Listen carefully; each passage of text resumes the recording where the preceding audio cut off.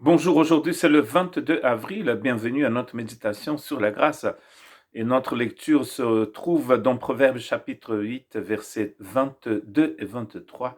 L'Éternel me possédait au commencement de son activité, avant ses œuvres les plus anciennes. J'ai été établi depuis l'éternité, dès le début, avant même que la terre existe. Donc le but de cette partie de Proverbe 8, c'est de montrer que la sagesse de Dieu est éternelle et que comme c'est une personnification bien sûr ici de la sagesse, comme si la sagesse parlait. Et donc dans ces versets qui vont jusqu'au verset 31, Salomon va décrire ce que la sagesse de Dieu a fait, ce que Dieu a fait avec sa sagesse. J'étais mis au monde quand il n'y avait pas de mer, pas de source chargée d'eau. Avant que les montagnes ne soient formées, avant que les collines n'existent, j'ai été mis au monde. Il n'avait encore fait ni la terre, ni les campagnes, ni le premier grain de poussière du monde.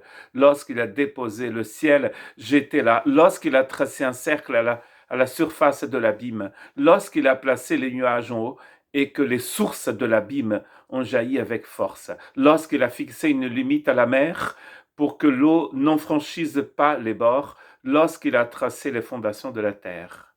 J'étais à l'œuvre à ses côtés. Je faisais tous les jours son plaisir, jouant constamment devant lui, jouant dans le monde, sur la terre, et trouvant mon plaisir parmi les hommes. Donc il est en train de décrire l'éternité de la sagesse, qui a toujours été là. La sagesse que Dieu nous donne en Christ, c'est la même sagesse qu'il a utilisée pour créer le monde.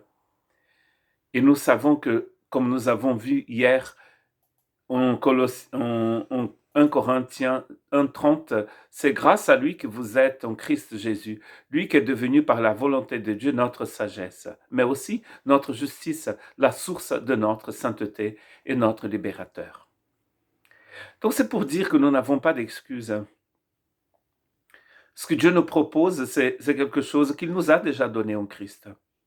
Et nous pouvons la recevoir. Jacques, dans le chapitre 1 de son livre, quand il parle de tribulation, il dit que Dieu peut nous donner la sagesse dont on a besoin pour faire face à cette tribulation, pour trouver le moyen d'en sortir. Et si nous n'avons pas encore, nous pouvons demander cette sagesse et Dieu la donne gratuitement. Dieu nous la donne gratuitement. Donc nous avons cette sagesse en Christ Jésus.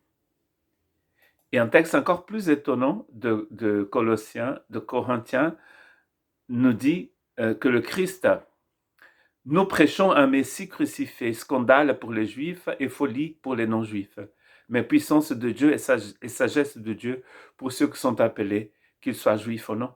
Et là, il parle bien sûr de l'œuvre du Christ à la croix. L'œuvre du Christ à la croix manifeste aussi la sagesse de Dieu. La création manifeste la sagesse de Dieu, mais c'est dans l'œuvre du Christ à la croix que nous allons connaître mieux cette sagesse divine. Parce que cela nous touche directement. Ça touche notre souci d'ailleurs. Donc, dans 1 Corinthiens 1:30, il avait mis à côté de la sagesse de Dieu la justice de Dieu. C'est cette justice dont nous avons besoin pour être de retour auprès du Père, pour pouvoir marcher comme il marche. Sinon, nous ne pourrions pas. Dieu a fait de Christ notre justice et notre sagesse. Et enfin, Colossiens chapitre 2, verset 3, c'est en lui que sont cachés tous les trésors de la sagesse et de la connaissance. C'est en Christ que tous ces trésors sont cachés. On n'est pas surpris d'apprendre dans Hébreux chapitre 1 que c'est par le Christ que Dieu a créé l'univers.